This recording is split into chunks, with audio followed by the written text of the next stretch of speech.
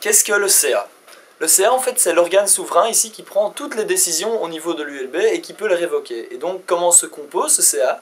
Il y a 20% des voix qui sont données aux étudiants, 15% au corps scientifique, donc tous les chercheurs de l'ULB, qui sont en passe de devenir professeurs ou non, et le PATGS, mot savant qui désigne le personnel d'administration technique et de gestion spécialisée, qui ont aussi 15%, le restant étant attribué en fait simplement au corps académique et doyen. Qu'est-ce que l'Interfac? L'Interfac est une plateforme de discussion qui a été mise en place en vue de collaborer et de faire collaborer ces différents corps, donc PATGS dont je viens de parler, le CORSI, les professeurs et doyens et les étudiants, de manière à pouvoir optimiser simplement nos décisions et pour éviter les pierres d'achoppement, simplement. Donc on est dans un esprit, l'Interfac est dans un esprit de collaboration. Parfait. Au niveau de la politique antérieure qui prévalait au CA, c'est-à-dire que, étant donné l'opacité qui prévalait au CA, on ne connaissait d'abord pas grand-chose des décisions qui étaient prises là, et les décisions étaient en général prises ailleurs, dans d'autres cénacles, et puis ensuite, à la place simplement d'une discussion participative des corps qui étaient présents au CA, le corps professoral, le corps académique avait la majorité, la décision était portée à l'ordre du jour, et puis ensuite directement entérinée par cette majorité qu'il avait précédemment discutée. Voilà. Le principe de l'Interfac, c'est que maintenant ils viennent de récupérer la majorité au CA.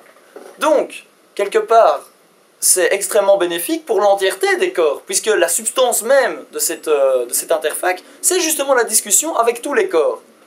C'est pour ça que dans cette perspective-là, on a de grosses difficultés à comprendre l'objet et l'enjeu en fait des campagnes un peu de diabolisation dont on fait l'objet pour le moment et dont fait l'objet globalement l'Interfac.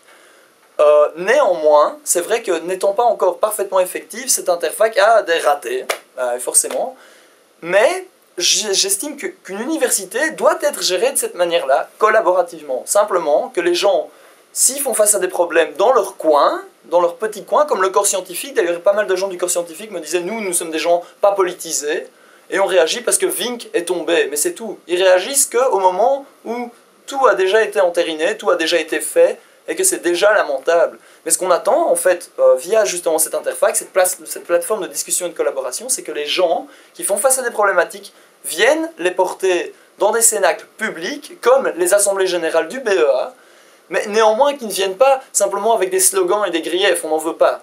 On veut simplement une liste de griefs circonscrits, expliqués, clairs. Et bien voilà, tel est là l'enjeu aujourd'hui de cette Interfac.